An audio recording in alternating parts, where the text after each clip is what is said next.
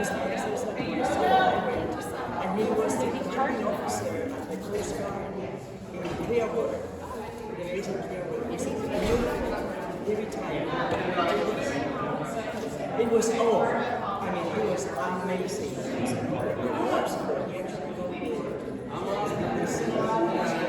was Spanish flight DFA. I've seen Spanish flying because he was flying helicopters on his flight. And he rescued a lot of people in Argentina who were stationed in the Orient. And he was able to rescue We back ready, folks? Oh, okay. Sorry. All right, everybody has that. The Lord be with you. Let us pray.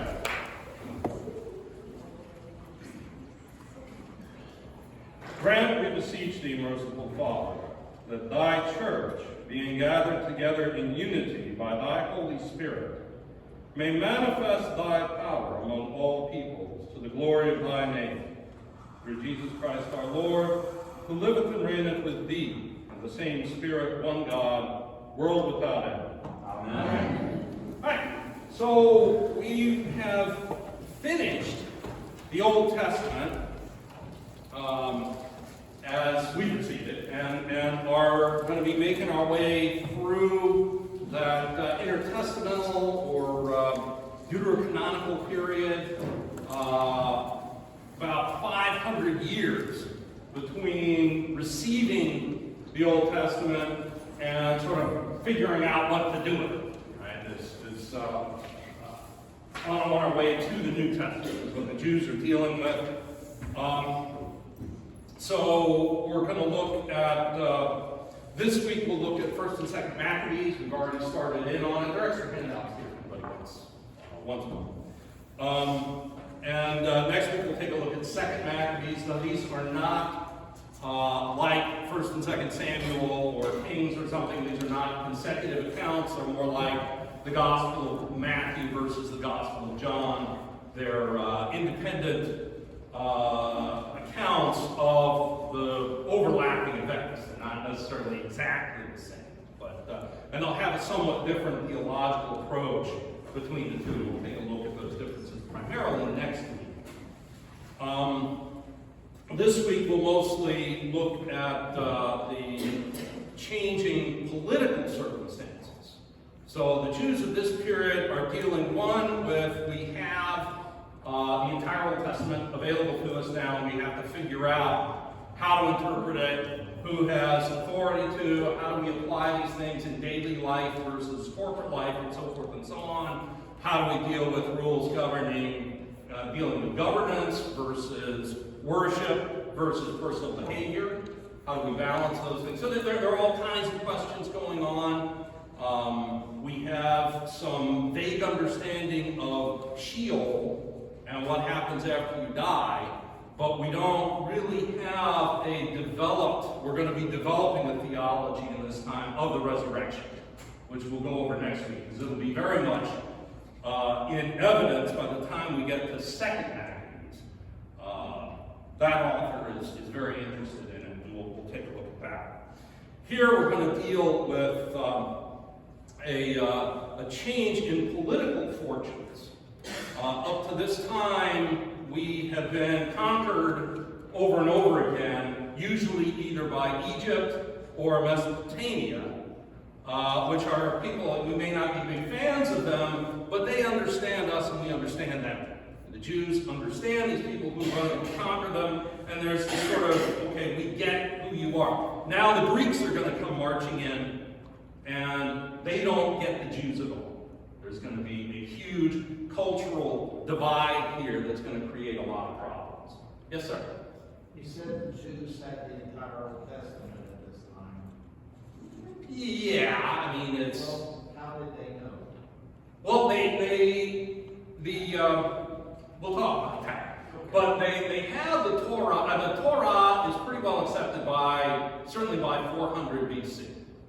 By about 200 BC, we're pretty much in agreement on the Nevi'im, the prophets. So that would be the historical books and the prophetic books. It's the writings that we're not going to be fully, what's canonical and what isn't. And what canonicity we don't really have that down.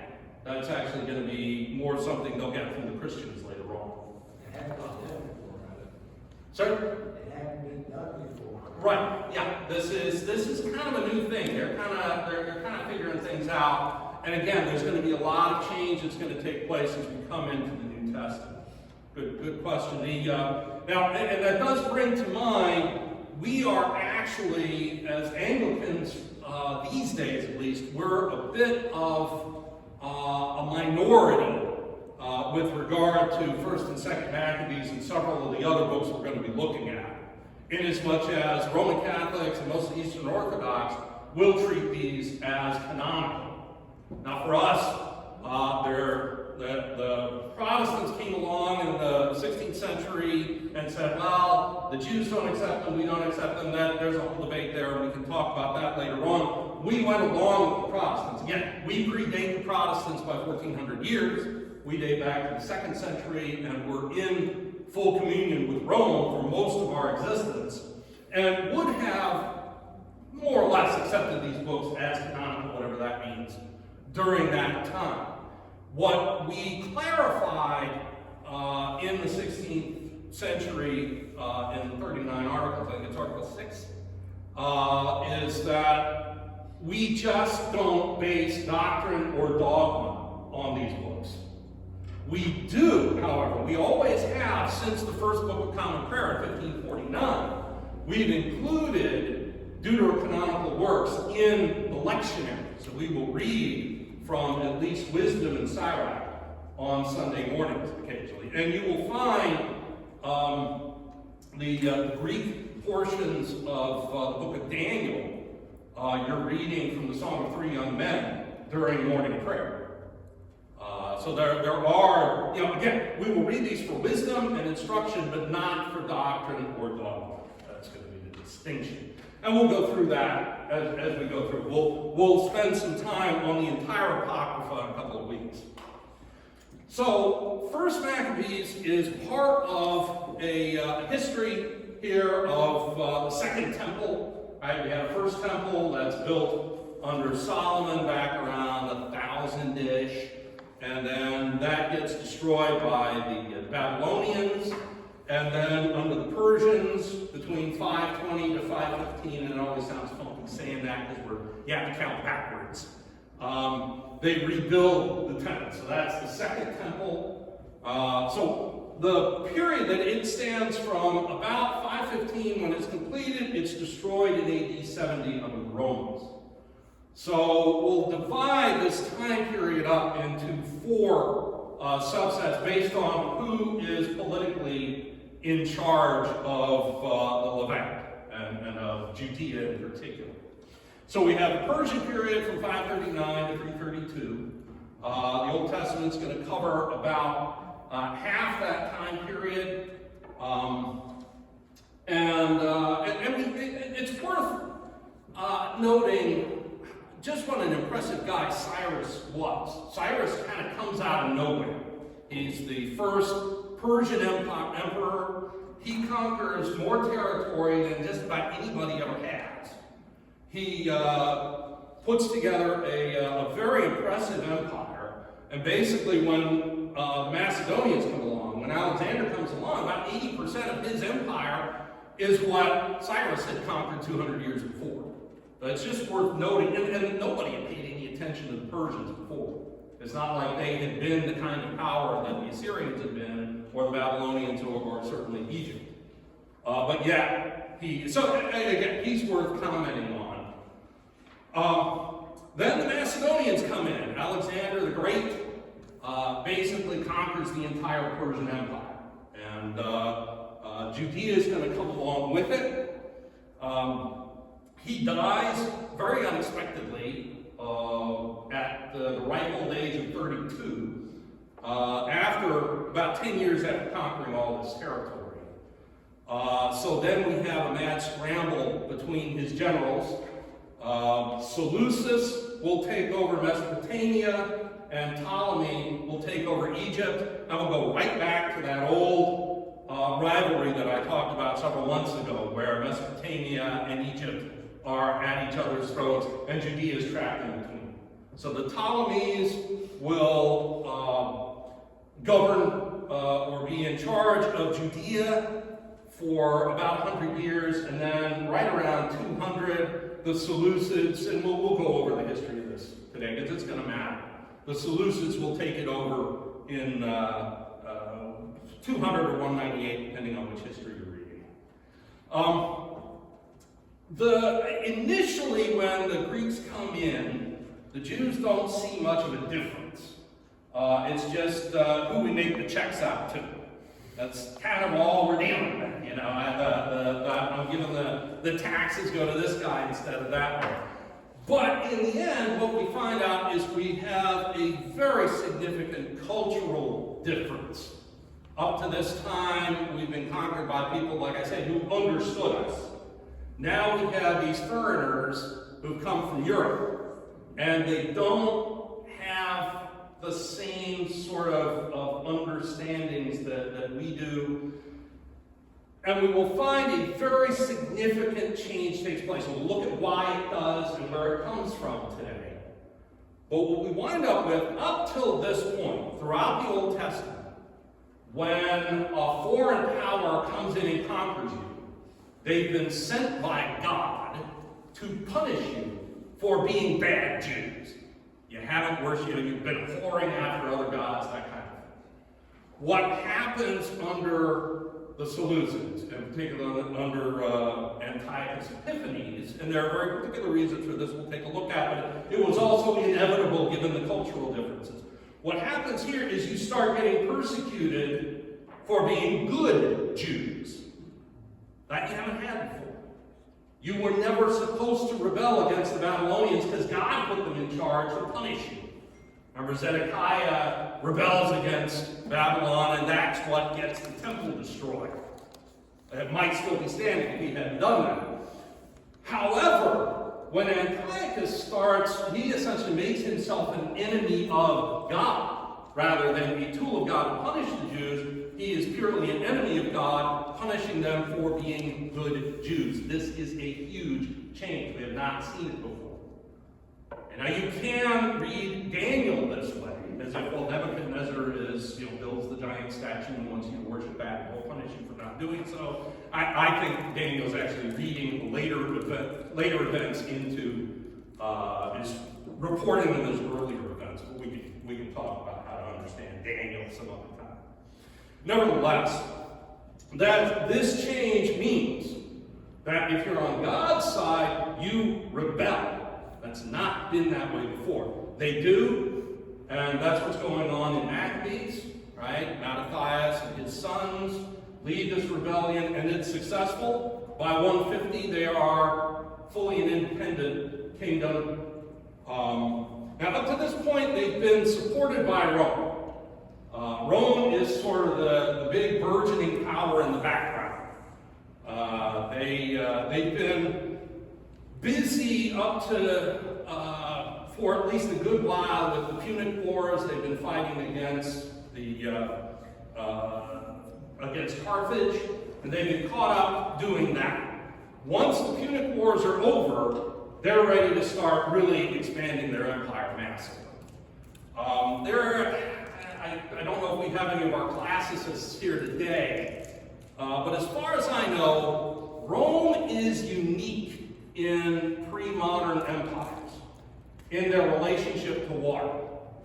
Right? You look at any pre-modern empire, whether you're talking the Mongols, whether you're talking the Persians, whoever, it's all land-based. Right? Water gets in your way. The Muslims are never really much of a threat to Europe because the Mediterranean prevents them from getting there. The Romans are completely different. The Mediterranean is their superhighway. They're as much a naval power as anything else. And what their empire is going to do, they're going to conquer all the land that surrounds the Mediterranean Sea, and the heart of their empire is water. So they have a very, very, very different approach to empire building than just about anybody else does. They really mean business because they're run by engineers, let's face it, and engineers, if we decided to conquer the world, we'd take it. So, just saying, but engineers usually try to hide and avoid human contact. Nevertheless, so Rome starts, again, they have supported the Hasmoneans against the Seleucids in no small part because they want a weak Seleucid empire. It's going to make it easier for them to conquer that territory. And what they're going to try and do, they're going to take Judea because that's part of having the entire Mediterranean basin under their control. And that's what they're looking for. The Mediterranean is the heart of their empire. So they come in 63 and they take Jerusalem. General Pompey has been trying to work with the Hasmoneans at this time, and they've frustrated him to the point where he says, screw it, he goes in and takes it. He'll support them for a while, and then he gets sick and tired of them, or the Romans do. They're actually changing heads fairly often as well. We'll get into that one next week. Eventually they go to, they find a better politician in Idumea, or what the Old Testament would refer to as Edom, the guys south of Judea. And actually, Antipater had been put in power by the Hasmoneans. They grab him because he's a better politician. They put him in charge. He dies. So his son Herod comes to be the head of Judea. And then eventually he'll be made king of Judea. And Herod, Herod's a pretty decent politician and an absolutely horrible human being. He murders any number of his sons on a whim. He builds lots of fortresses, not to protect his people, but to protect himself from them, because he's cheesed them off so badly at times. As my buddy in Jerusalem puts it, says, well, Herod is the kind of guy you would never want him for your king. You would definitely never want him for your father. But boy, would you want that guy to decorate your living room. The man is a mass murdering tyrant with style. So he goes on a massive building spree and makes a lot of money at it and completely rebuilds the temple. We'll go over this more next week. Interesting guy, awful person, but so that'll get us to, then in 66, the Jews are going to try and recreate what they did here because they don't like Rome. And of course, Rome's just going to flatten. Again, don't buy the Bible movie thing. This is not a backwater province that no self-respecting Roman would ever find himself in. There's a huge amount of trade going through here, particularly Far Eastern trade. Okay, that's getting to the port, particularly once Herod's finished building the port at Caesarea Maritima. There's a huge amount of trade going through there. So silks, which are worth their weight in gold, but especially spices, which are worth order of magnitude more than their weight in gold. All that's coming from the Far East. It's coming through the Arabian Peninsula to the port in Caesarea. That's how Herod is able to pay for his building projects. But we'll get there. Any questions on this overall history? Excellent. Okay, so getting into what's going on in Maccabees, where we start off with the Persians. So the Persians come marching in 539. Again, this very, very impressive Cyrus. And we have a very significant difference in how we deal with conquered people here, right? Between, say, the Assyrians, the Babylonians, and the Persians. The Assyrians come in, the northern kingdom fights back against them, and they flatten the northern kingdom. And their intent is to dig up the entire population and ship them off into never. Well, they don't have the resources, and it's not worth the money to put all that effort into getting rid of every single one. They just scrape off the top of that society and ship them off. Most of these people stay where they are and or sneak across the border into the southern kingdom and hide out there until the fuzz is gone. So we don't actually have 10 lost tribes. It's wonderfully, sort of romantic to talk about it, but in reality, most of these people stayed right where they were. They intermarried with the population that the Assyrians brought in, and that's where we get the Samaritans from. Okay, they're kind of a mixed bunch. 'em. 'They worship on Mount Gerizim, and we'll get to that later on. Then we have the Babylonians. They never pretend to send everybody off. They just scrape off the top 3, 5, whatever percent of the population, ship them off to Babylon so that they can't rebel. But when the Persians come in, they don't really have any incentive to get rid of to knock any of these kingdoms down at all. Matter of fact, they want them happy and prosperous because they can tax the snot out of them and make more money. They've got an expensive empire to run, and the happier and more prosperous these people are, the more we can tax them. So they send, you've got an intact Jewish population in Babylon, so we send those guys home. They cannot find the leaders of the northern kingdom. Those have all been shipped off, and that was 200 years before anyway. So, nevertheless, they send the Jews back home, and we see in the Old Testament that they're generally thought of fairly highly. You know, Cyrus is the new David, that sort of thing. The Old Testament covers about half of this 200-year period. Right? So Esther is going to take place somewhere around 480-ish. And it's probably an accurate count. I think it has all the hallmarks of actual history, other than some stuff like, you know, a foreign commoner would not become queen, but she might very well be one of the emperor's concubines, and she would have about that much pull. So that's entirely plausible. It probably takes place at 480-ish. We know Nehemiah's dates are pretty good, 444 to 432. Ezra's a little tougher to place because he's there in the 7th year of Artaxerxes, while there are 3 Artaxerxes. So it's either 458, 397, or 361. Probably the earliest date makes the most sense. So roughly half this time we have Old Testament records, and then it kind of disappears.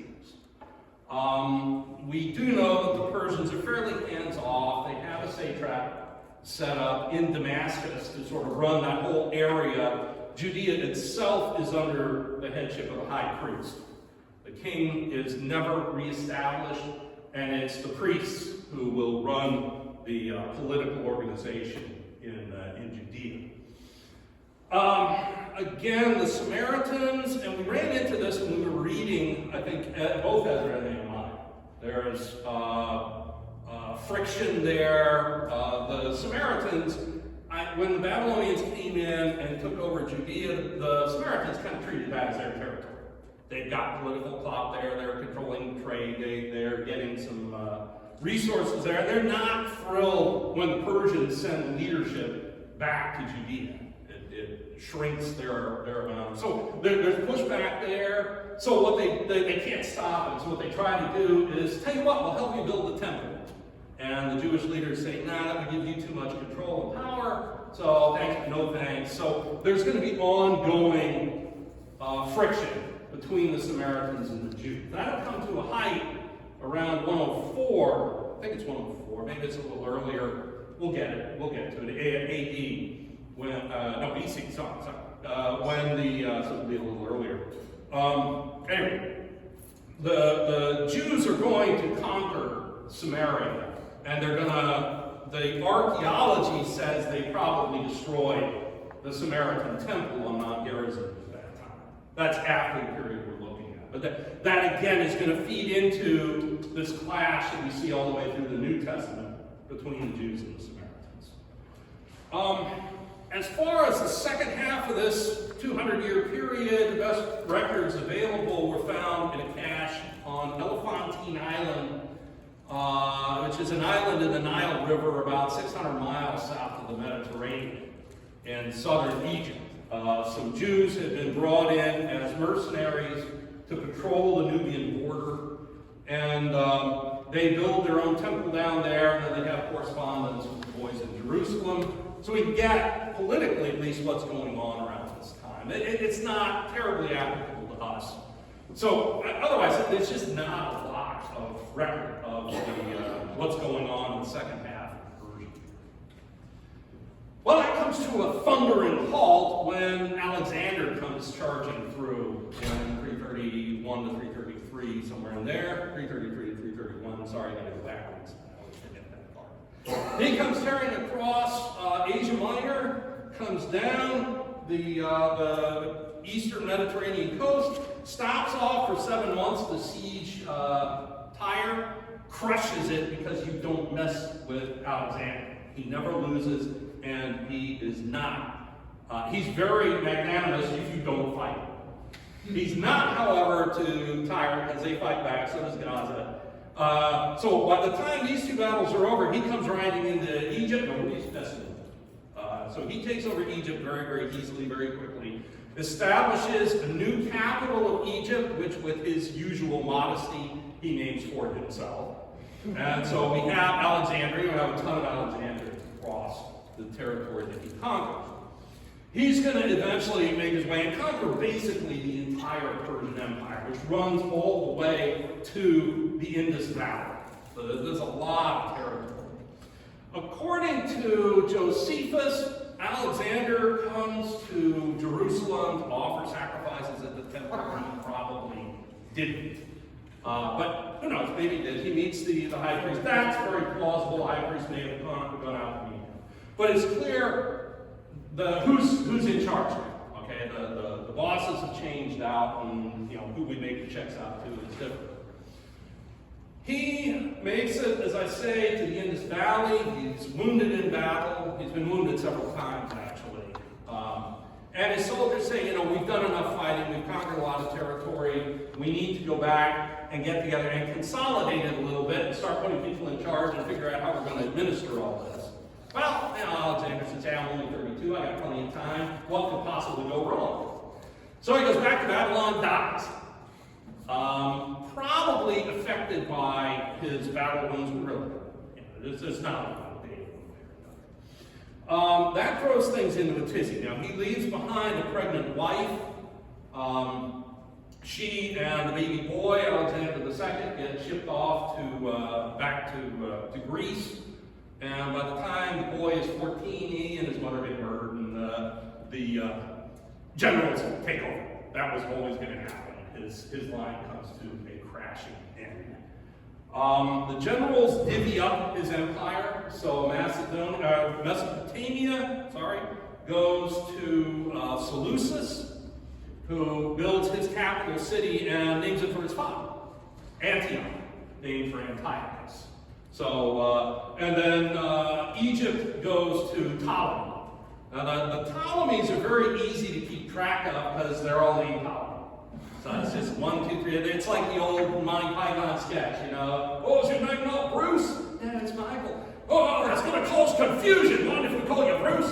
So this is going to cause confusion if we name him anything other than Ptolemy. So that's it. And all the queens are Cleopatra. All right? Elizabeth Taylor is Cleopatra II. So there. Those guys are easy to keep track of. Up north, it's a little bit harder, and you have a handy chart on the very back of your handout that tells you who's who there, which you may want to refer to, because as we go through, we start with the Seleucus, and then there are a couple of Antiochuses, and then another Seleucus, and another Antiochus. Eventually, Demetrius gets into the game, and then we have, so there's a lot of turnover there of names. Again, the Ptolemies are easy, they're all Ptolemies. All right, but again, with this, the way this divvies up, we go right back to that old rivalry between Mesopotamia and Egypt. We've seen that before, we've dealt with it for centuries. And again, to the Jews, really doesn't look like much has changed. This is pretty much how it divvies up eventually. Now, there's some wrangling to get to that particular map. One of the generals who succeed Alexander are known as the Diadochi. I'm sure that means something in Greek, and I'll have to look it up one of these days. But The successors. Well, okay, the successors in Greek. I should have known. Anyway, they one of their number, Antigonus, has set up shop in Asia Minor. And he decides that's not good enough. He's going to go and conquer a bunch of territory. So he comes in and conquers a lot of this along the coast. And notice that's going to be where all the money's coming, right? Money's going to come in over this way to here and then get shipped out. He conquers all this, and according to the other successors, he's gotten too big for his britches. So they're gonna take him out. So the other Diadochi, they're gonna get together, and in 301 they do. Ptolemy is coming out from Alexandria to join his buds and take out their rival there. And word reaches him that Antigonus has already defeated the other guys. So he turns around and beats feet back to Alexandria. Now he's been given a bum steer. He's actually, that hasn't happened. The other guys get together and say, oh, where's Ptolemy? It sucks to be him. They go and they attack, destroy Antigonus. So it really sucks to be Antigonus because he loses and is killed in battle. And that territory that he had conquered on the, there it is, in this area here was supposed to go to Seleucus. By the time Seleucus gets down there, Ptolemy's already set up shop. They're old buds. Seleucus owes Ptolemy some favors anyway, so you just go ahead and hang on to it, don't you worry your pretty little head. Well, Seleucus's successors don't see it that way. They see the Levant as their territory. So we have about 100 years of them trying to take it back. And the most serious attempt at this comes under Antiochus III, who's on that little chart on the back. You can find him.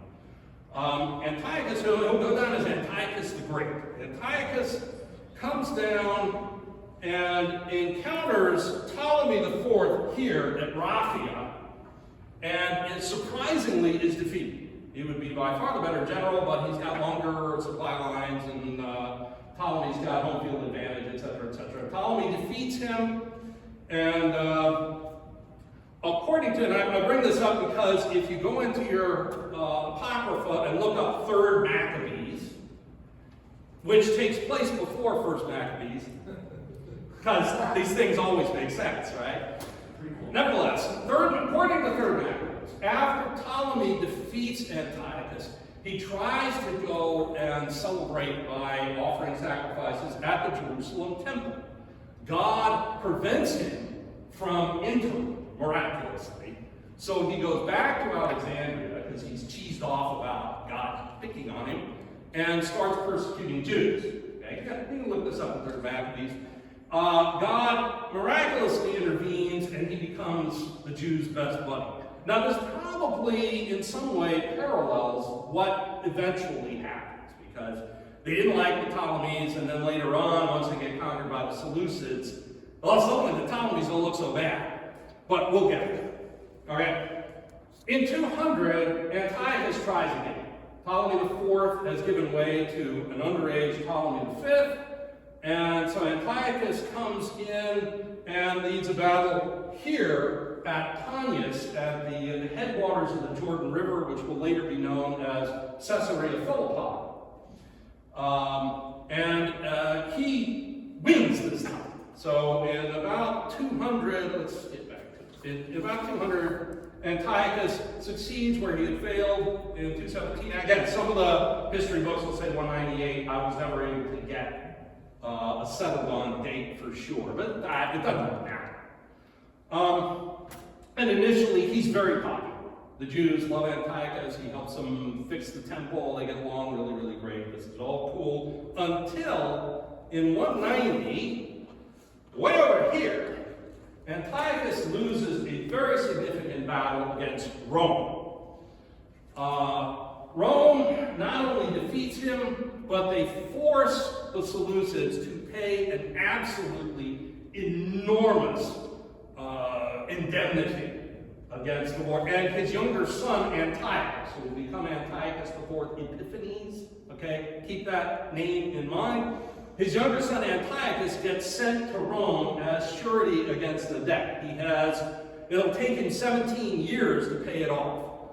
And what ensues from this event, throughout Antiochus III's life, and his son, his older son, Seleucus IV, is a mad scramble for cash to pay off the Romans. It's way more than they have in the treasury, and they still have a very expensive empire they have to run, so they're trying to balance things, so it's just constant scramble for cash.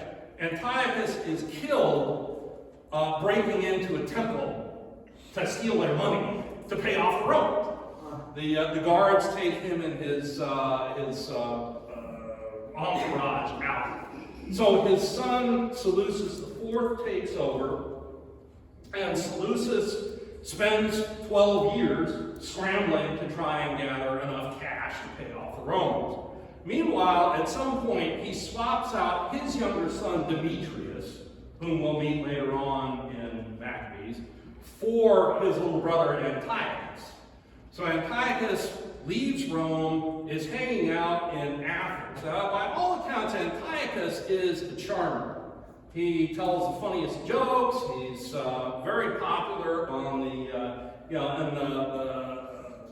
the celebrity circuit there, and probably, and this is Dan guessing, he's bipolar or something like that, because he does have a bit of a reputation for not being the most sane of human beings. But when he's on an upswing, like these guys usually are, if you're bipolar, you can know about this. He's really a charmer. So he shows up in Athens, and he is wowing the crowds. And his brother is assassinated in a coup attempt. So he beats feet over to Antioch and kills the would-be usurper and becomes co-regent with his nephew, with Seleucus' son, who of course is also named Antiochus. So we actually wind up with two Antiochus IVs for a time. Now, in Macedonian culture, for them to be co-regents is fine.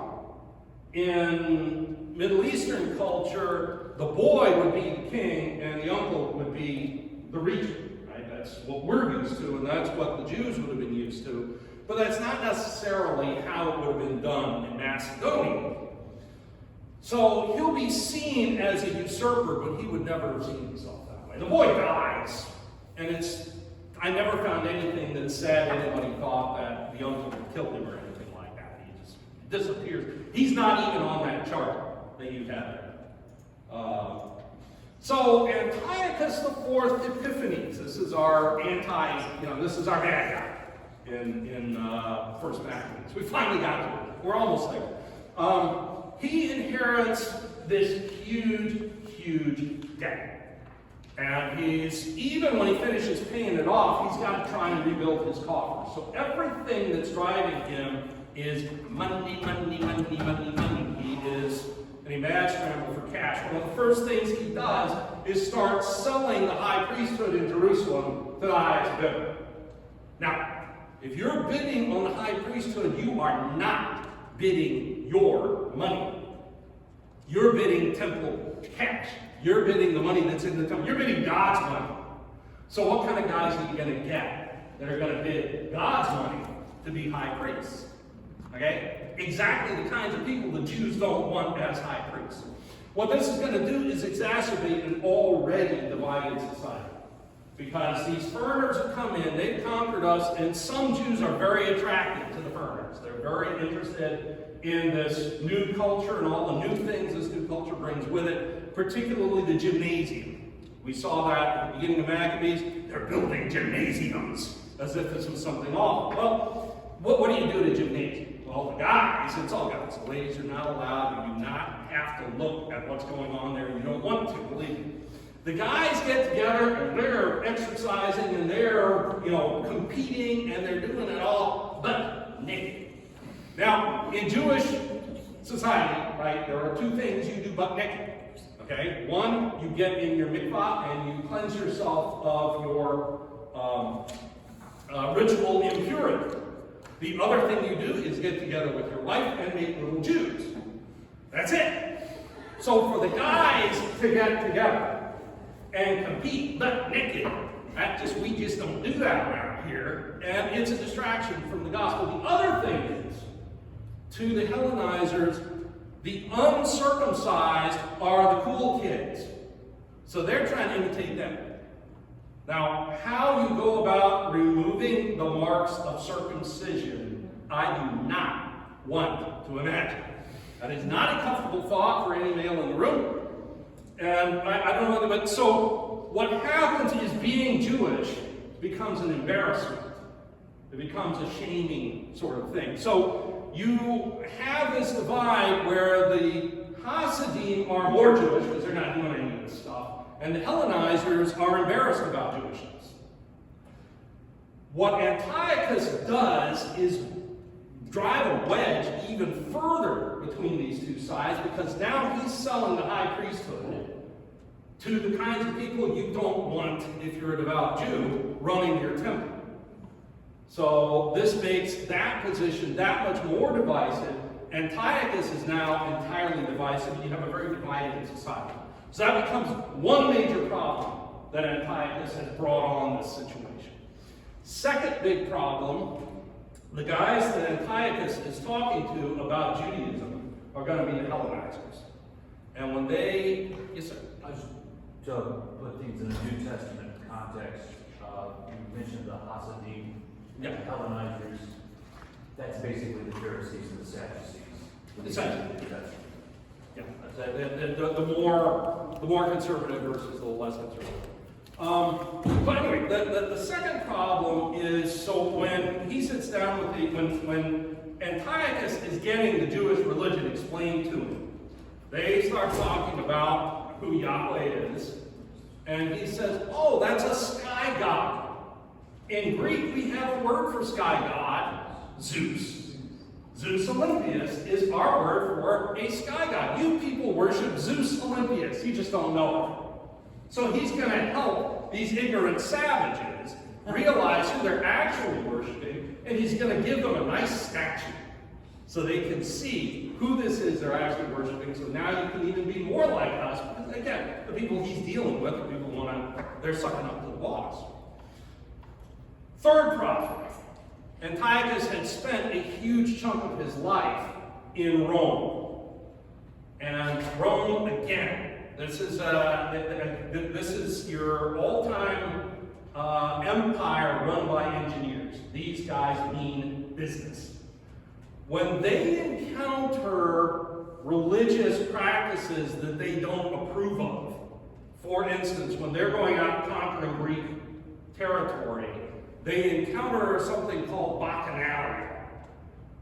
These are feasts to the god Bacchus, and their adherents would describe them as a celebration of life and diversity, and the Romans would describe them as a drunken orgy. And the Romans don't approve of worshiping your gods by means of drunken orgies, so they come in and crush Bacchanalia. You keep doing this, we will slaughter you. Well, the Greeks say, Bacchus is cool and everything, but we'll just go home and abuse our slaves like you guys did. And so they stop worshiping. So what Antiochus sees is that military power can overcome divisive religious practices. So when he gets to Jerusalem, so those are his three problems. Number one, he's driven a wedge into an already divided society. Number two, he doesn't understand the Jewish God. He thinks that it's something that he does understand, so we have to have failure to communicate. And then number three, he sees the Romans using military might to suppress disapproved of religious practices. So he gets to Jerusalem. He's not pleased with what he's seeing there. He's already disappointed as he wanted to go down and get a bunch of cash in Egypt. I think we ran into that in the text. He wanted to go down and conquer Egypt, and the Romans said, nah, don't do that. So that cost him some money, so he's cheesed off, and he's probably on a low swing anyway. So this is the background to him coming in and persecuting the Jews the way he is. Any questions on any of that? So, First Maccabees, we'll wrap up here soon, but we'll just get into it a little bit. It's clearly intended to be scripture. That's its author writes it as if it were like First and Second Kings or Chronicles, whatever. Really more like Kings and Samuel. This is intended to be a la the Deuteronomists. And he has the Deuteronomists' understanding of things. Originally it was written in Hebrew. Both Josephus and Jerome have Hebrew copies. Those have been lost since all we have are Greek copies now. Again, the approach straightforwardly historical. What we'll see with Second Maccabees next week is it's going to be a much more theological account. But we'll deal with that when we get to it next week. So, just real quick, we've already gone through this. We've looked at Antiochus. What he's doing, he starts persecuting Jews. Mattathias does three things that would normally be very, very controversial. Number one, he rebels against his appointed sovereigns.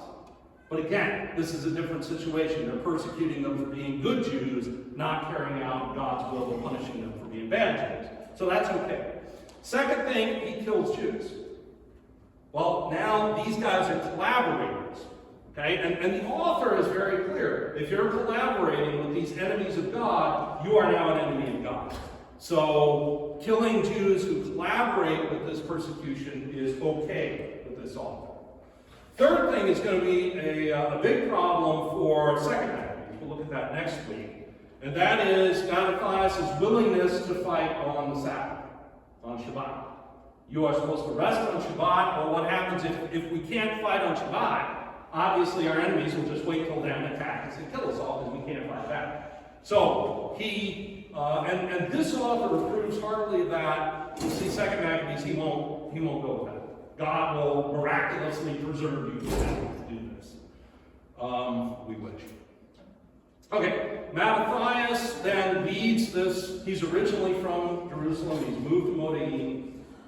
He leads the rebellion, and then he sort of passes the baton. We have a fairly Jacob-like pronouncement over his sons, and then he passes the baton to Judas. And I guess we're kind of out of time by now. You've got handouts as we go through. The story's fairly straightforward. Keep in mind, Judas and company are essentially a new David/Gideon. So they're always, God's on their side, so they're always winning. God will punish them if need be. That's going to be more an issue next week, not so much in this account, where they're pretty much, they win just about everything in First Maccabees. There's a lot of unrest and turnover at the top of the Seleucid Empire, and they're able to take advantage of that as they go along. By 150, under, I think, Jonathan, they are a fully independent kingdom. Again, supported by Rome until Rome gets around to conquering that territory. So, any questions? I apologize for not getting through the book, but you'll get a chance to read it. Hopefully, we've got a little more background on it now. Okay, well, thank you very much.